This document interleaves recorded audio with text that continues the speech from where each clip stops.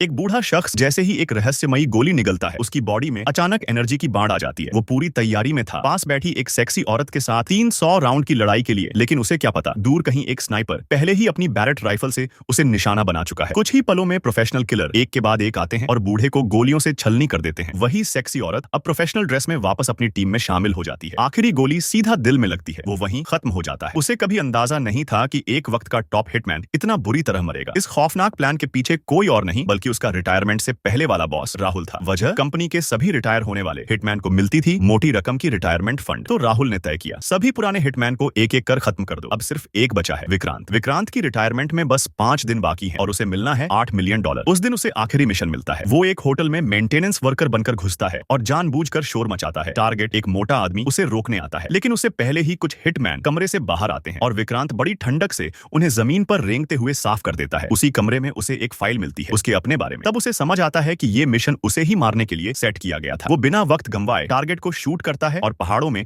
अपने एकांत घर चला जाता है। बस रिटायरमेंट की रकम का इंतजार है। जब राहुल को मिशन फेल होने की खबर मिलती है तो वो एक स्पेशल टीम भेजता है जिसके पास क्लियर ऑर्डर है, विक्रांत को रिटायरमेंट से पहले खत्म कर दो। टीम सबसे पहले विक्रांत के फाइनेंशियल एडवाइजर तक पहुंचती है, उसकी जबान खोलती है, फिर उसे भी गोली मार देती है। वो विक्रांत की पहली प्रॉपर्टी तक पहुंचते हैं, लेकिन वहां सिर्फ एक किराएदार रहता है, उसे वहीं मार दिया जाता है। दूसरी प्रॉपर्टी पर जाते हैं, वहां कुछ लोकल गुंडे जमे हुए हैं। एक ही झटके में सबका गेम खत्म। टीम अब विक्रांत के ट्रांजैक्शन हिस्ट्री खंगालती है और पता चलता है कि वो लगातार एक छोटे से कस्बे के बैंक में पैसे भेज रहा है। टीम वहीं डेरा डालती है और कुछ दिन के भीतर आखिरकार विक्रांत की झलक मिलती है।